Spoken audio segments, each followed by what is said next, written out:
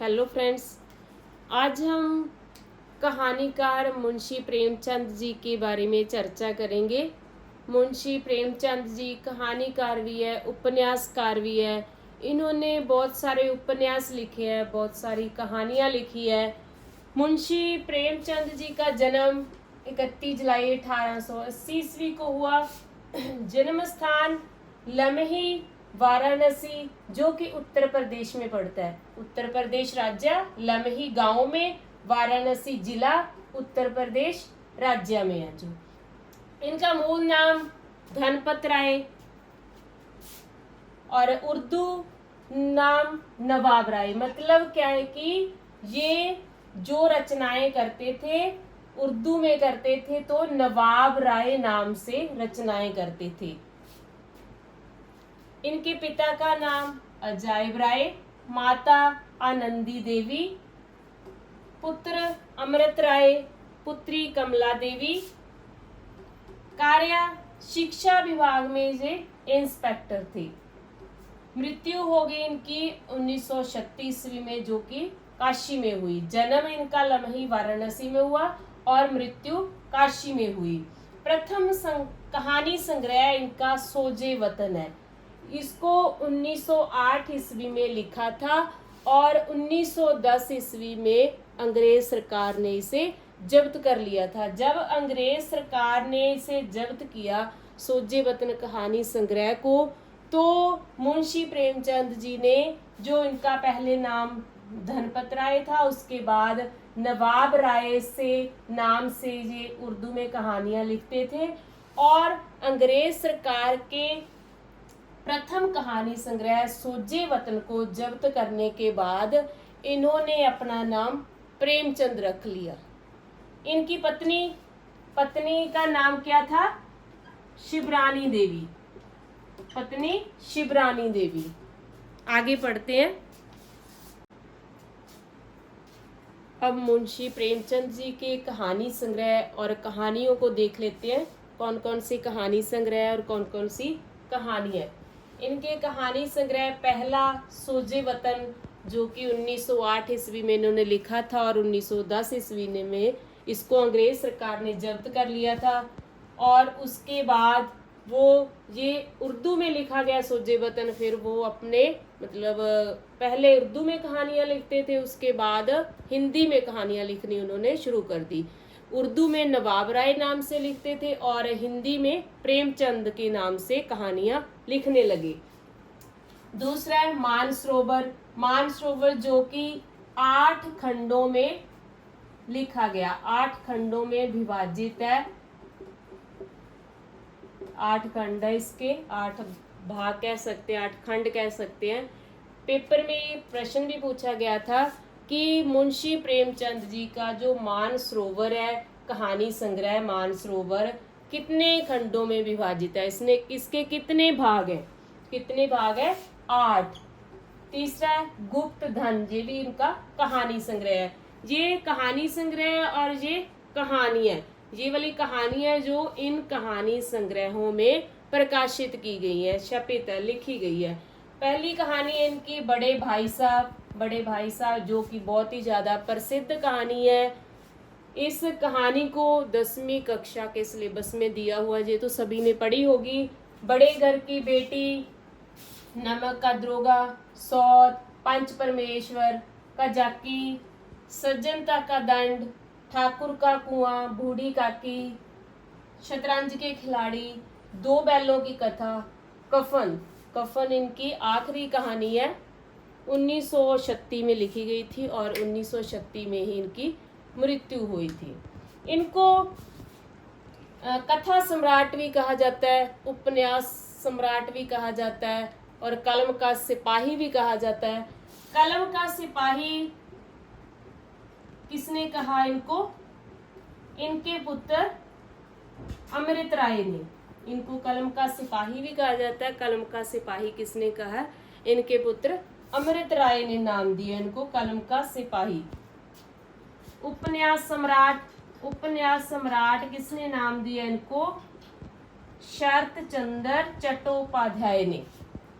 उपन्यास सम्राट किसने कहा है मुंशी प्रेमचंद जी को? शरत चंद्र चट्टोपाध्याय ने।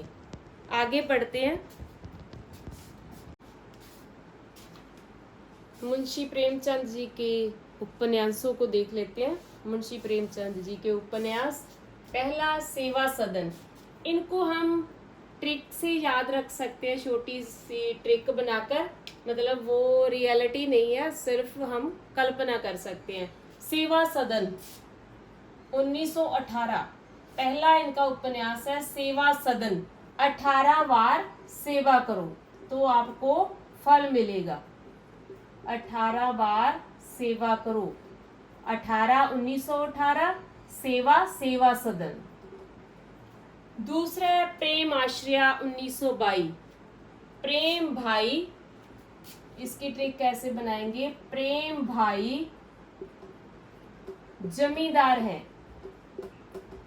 जमींदार को मैंने इसलिए लिया है कि ये जो उपन्यास है ये जमींदारों के, जो जमींदार किसान होते हैं उनके आपस में संबंध कैसे रहते हैं। प्रेमचंद जी के ने प्रेम आश्रया उपन्यास जमींदारों के संबंधों के बारे में लिखा है। इसमें जमींदार किसानों के संबंधों का वर्णन किया है। प्रेम भाई जमींदार हैं के प्रेमाश्रय भाई 1922, जमींदार जमींदारों के किसान, जमींदार किसानों के संबंधों का वर्णन किया गया इसमें। रंगभूमि 1925, ये जो उपन्यास है ये अंग्रेजों के अत्याचार जब भारतीय लोगों पर हो रहे थे तो मुंशी प्रेमचंद जी ने रंगभूमि उपन्यास लिखा था। इसको हम ऐसे अंग्रेजों का अत्याचार हो रहा था तब ये उपन्यास लिखा गया था। हम इसको कैसे याद रख सकते हैं कि अंग्रेज लोगों पर या अंग्रेजों पर 25 तरह के रंग फेंको या डोलो, या रंग डालने हैं।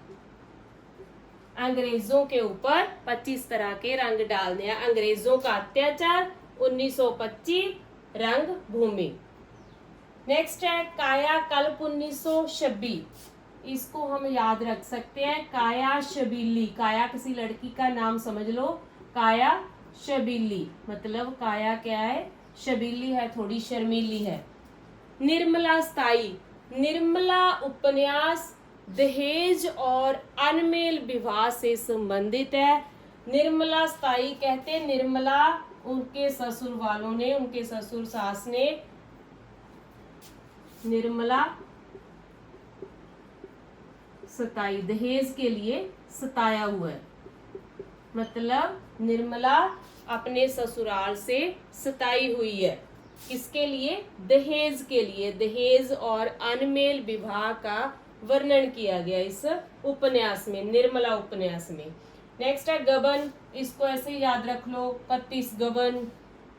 कर्म भूमि 1933, हमें अपने जीवन में 33 प्रकार के कर्म करने चाहिए। जहाँ 33 कर्म करो तो आपको अपने जीवन में फल मिलेगा। कहते हैं ना, हम अच्छे कर्म करेंगे तो अच्छा फल मिलेगा, बुरे कर्म करेंगे तो वैसा ही परिणाम मिलेगा हमें। गोदान 35, हमें गऊओं का कितनी गऊओं का दान करना है? 35 गोदान करो, 35 गोदान करो। आप जिसको आपको याद है तो ऐसे याद रख लो जैसे भी आपको याद है, मतलब आपको याद होने चाहिए। चाहे इस ट्रिक से याद कर सकते हो, अपनी ट्रिक का खुद भी बना सकते हो। नेक्स्ट देखते हैं हम इनकी उर्दू में लिखी गई कृतियों का हिंदी रूपांतरण करेंगी। पहली कृति कौन सी है? पहला रचना पहली कौन सी है? बाजारे हुसन, इसका हिंदी रूपांतरण है, हिंदी में रूपांतरण करके लिखा गया था सेवा सदन के नाम से।